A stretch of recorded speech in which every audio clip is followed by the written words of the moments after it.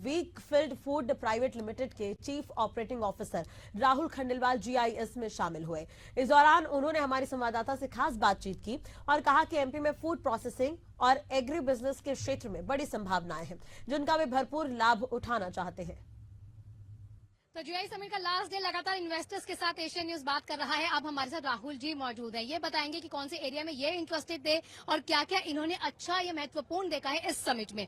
नमस्कार सर, मैं आपसे सबसे पहला सवाल यही रहेगा कि आपको क्या लगता है जीआई समिट में आकर क्या विजन है जो हमारा ग्लोबली देखा जाए तो हमारे भारत के लिए अच्छा रहेगा, महत्वपूर्ण रहेगा?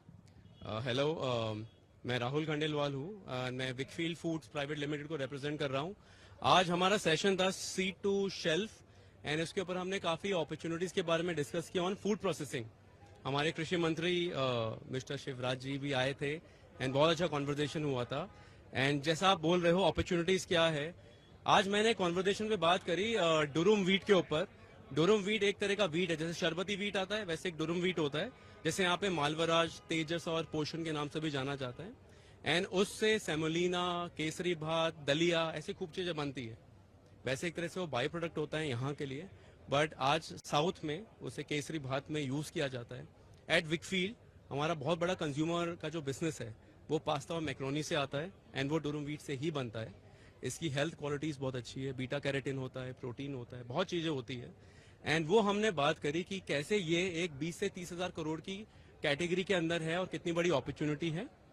थोड़ा एक्सपोर्ट बैन है अभी, बट अगर गवर्नमेंट वैल्यू एडेड प्रोडक्ट्स को डुरुम वीट के अंदर अलाउ करे एक्सपोर्ट के लिए, देन हम एक्चुअली एक गोल्ड माइन पे बैठे हैं।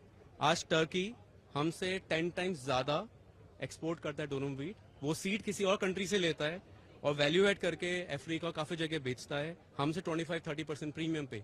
यही चीज अगर हम यहाँ से करें, MP sitting on a huge opportunity.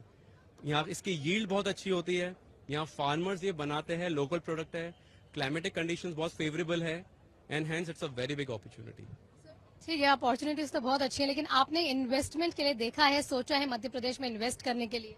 So investment के हिसाब से देखा जाए तो जैसे मैंने आपको इस पर्टिकुलर प्रोडक्ट के बारे में बताया, we are very eager to invest on this thing and hence जो मैं आपको बेनिफिट्स बता रहा था, मैंने बेनिफिट्स के बारे में बात करी वहाँ पे। और अगर कुछ नीतियों में चेंजेस होता है तो डेफिनेटली हम इन्वेस्ट करेंगे यहाँ पे, क्योंकि एक बहुत बड़ा बिजनेस है हमारा इसके अंदर और ग्रोथ के भी तो बहुत ज्यादा चांसेस है इसके अंदर। अच्छा, आप कह रहे नीतियों में बदलाव होना चाहिए, ऐसे कौन कौन से महत्वपूर्ण या कहते हैं ना हर्डल्स है हमारे लिए जो देखा जा रहा है, अगर ये हटेगा तभी जाकर हम और इन्वेस्टमेंट बढ़ा पाएंगे, तभी जाकर यहाँ कहीं ना कहीं इस क्षेत्र में हम आगे बढ़ पाएंगे? देखिए, 2-3 चीजें हैं। ये जो मैं प्रोडक्ट के बारे में बताया, इसका इनइलास्टिक डिमांड है, कभी डिमांड होता है कभी नहीं होता है, लोगों को नहीं पता उसको वैल्यू एडिशन कैसे करके बेचना है, तो बाय प्रोडक्ट की तरह चले जाता है ये। दूसरा है एक्सपोर्ट मार्केट बहुत बड़ा है, गवर्नमेंट ने अभी बैन करके रखा है वीट एक्सपोर्ट, बट अगर इसको अलग से एक्सेप्शनल लिस्ट देखा जाए वीट डुरम को, ड्यूरम वीट ही बहुत बात कर रहा हूँ, और वैल्यू एडिड प्रोडक्ट को दिया जाए तो फिर इसके अंदर एक अपॉर्चुनिटी बनती है। दूसरी चीज है कि स्टॉक होल्डिंग के ऊपर भी लिमिट लगा रखी है गवर्नमेंट ने। अब ये राबी क्रॉप है और लिमिटेड पीरियड के लिए बनती है, इसकी स्टॉक होल्डिंग अगर लॉन्गर पीरियड के लिए अलाउ करे तो एक जो लोग है वो ज्यादा बनाकर स्टोर भी कर सकते हैं, उसको प्रोसेस भी कर सकते हैं, बाहर के मार्केट में भी बेच सकते हैं। प्लस अगर इस पे गवर्नमेंट R&D ज्यादा करे तो एक चीज ये है कि वाइल आई सेड की बीटा कैरोटीन और प्रोटीन अच्छा होता है, बट अगर मैं इंटरनेशनल मार्केट में बोला जाऊं तो प्रोटीन और बीटा कैरोटीन ऑस्ट्रेलिया, कनाडा और टर्की के अंदर ज्यादा आता है।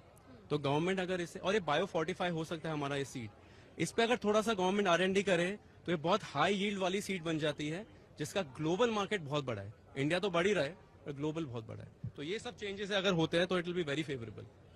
और आप चूंकि लग भी रहे हैं और हैं भी, मुझे लगता है भारतीय ही हैं आप, और कहाँ से रहने वाले हैं ये जानना चाहिए। मेरा मेन क्वेश्चन इसलिए था कि आप कहाँ के रहने वाले? मध्य प्रदेश के हैं? मैं जयपुर का रहने वाला हूँ। तो जयपुर से मध्य प्रदेश में इन्वेस्ट करना चाहते हैं?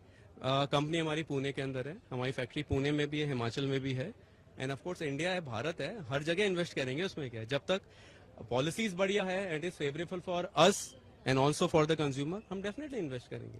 तो हमारे प्रधानमंत्री जिस तरह से कह रहे हैं विकसित भारत का जो संकल्प है, हमारे मध्य प्रदेश से शुरुआत कर सकते हैं उसकी, तो आपको लगता है मध्य प्रदेश में इतना इन्वेस्टमेंट आएगा, जो नीतियां हैं वो और सुगम हो जाएंगी इन्वेस्टर्स के लिए, या लॉ एंड ऑर्डर्स जो है वो और ज्यादा सुगम होंगे? अगर हम किसी को जमीन आवंटित करते थे या किसी को जमीन मिलती थी, वो उस तरह के लॉ एंड ऑर्डर्स नहीं होते थे, वैसे इतने आसानी से उन्हें नहीं मिल पाता था, कहीं ना कहीं नाराजगी, निराशा रहती थी इन्वेस्टर्स में। देखिए कल एक बहुत अच्छा कॉन्वर्सेशन किया था हमारे ऑनरेबल चीफ मिनिस्टर ने कि कभी गूगल करता था ना मध्य प्रदेश के बारे में, तो लोग पहले देखते थे भोपाल गैस ट्रेजेडी, और अब वो नहीं आता, अब एमपी की खासियत के बारे में आता है। एंड पिछले 10 to 15 ईयर्स के अंदर लॉ एंड ऑर्डर तो ठीक हुआ है, एमपी का नाम बहुत पॉजिटिवली काफी फोरम्स में आता है, तो चीजें चेंज हुई है। जैसा हमने बचपन में एमपी के बारे में सुना था भोपाल गैस ट्रेजेडी, वैसा तो नहीं दिखता है अभी। एंड जो खासियत है एमपी की और समिट के थ्रू जो बताया गया है, डेफिनेटली एक परसेप्शन भी एमपी का चेंज होता है। तो ये समिट सिर्फ इन्वेस्टमेंट के लिए नहीं है, एक मध्य प्रदेश के एक अपने परसेप्शन के बारे में भी है। एंड गिवन कि honourable prime minister, CM and कृषि मंत्री तीनों आए और बता रहे हैं इसके बारे में, अभी अमित शाह जी भी आने वाले, आई थिंक ये बताता है गवर्नमेंट कितनी सीरियस है इन चीजों को लेकर। या तो ये थे हमारे साथ राहुल जी, जानकारियां दे रहे थे कि कैसे कहीं और भी नीतियां हैं और सुगम हो जाएंगी इन्वेस्टर्स के लिए, या लॉ एंड ऑर्डर्स और स्मूथ हो जाएंगे। और कई ऐसी चीजें उन्होंने बताई कि अगर उनकी कंपनी इस में इंटरेस्टेड है और इसको लेकर अगर रिसर्च होती है, डेवलपमेंट होती है, अगर सोचे हमारी सरकार, तो ये भी अपना इन्वेस्टमेंट जरूर करेंगे। जयपुर बेस्ड इनकी कंपनी है। कैमरा पर्सन इमरान के साथ मैं आना कुछ मानव संग्रहालय भोपाल।